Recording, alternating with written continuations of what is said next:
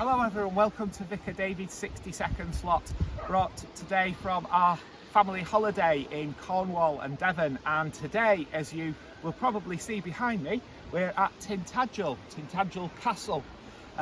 In legend, the birthplace of King Arthur, and who was son of Uther Pendragon. And down below there you can see the cave that Merlin's supposed to have been lived in. And as we are surrounded by all things King Arthur, we passed the King Arthur's Arms pub, the King Arthur's fudge shop, and we're even parked on the King Arthur's car park. But the actual history of the castle is fascinating in itself. There was a structure here after the Romans left in the 5th and 6th centuries, which seems to have been abandoned.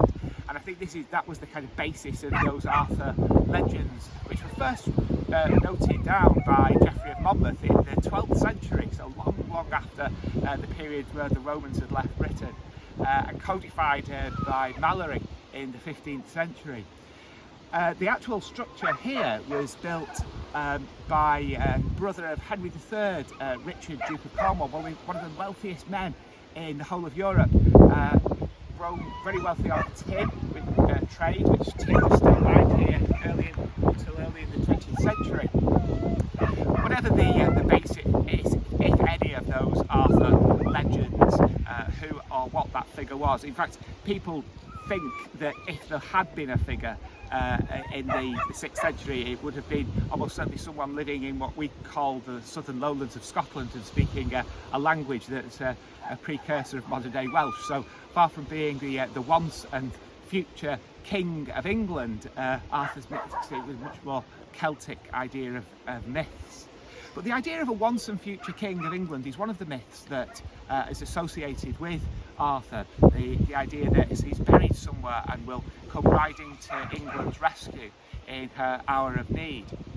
I have to say, it was conspicuously absent in 1940 if that was the case. Whatever that idea is, that once in the past and looking forward to something in the future, is a theme that actually suffuses the Bible. And the word that biblical scholars give to that is eschatology, the sense that Jesus is not only a figure in the past, but in some sense relates to our future. The Bible talks of Jesus coming back, the Son of Man coming back on clouds of glory. Jesus himself talks in the Gospels of the future, a king judging, say, the sheep and the goats. But what are we to make of those kind of ideas of eschatology, of stories, of looking to the future, not in Arthur's sense, but in Jesus' sense? Well, I think that we can look to the future as an understanding of God's future promise to us of things that we can't imagine, let alone deserve.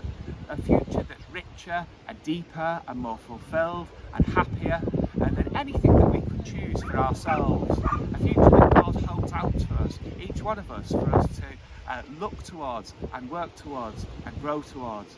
On our Christian journey, we can look to a better future, a once and future King of England maybe, but I'm convinced that God exists not just in the past in Jesus, but into our own futures in which we walk hand in hand with God. Thank you for watching, and God bless you.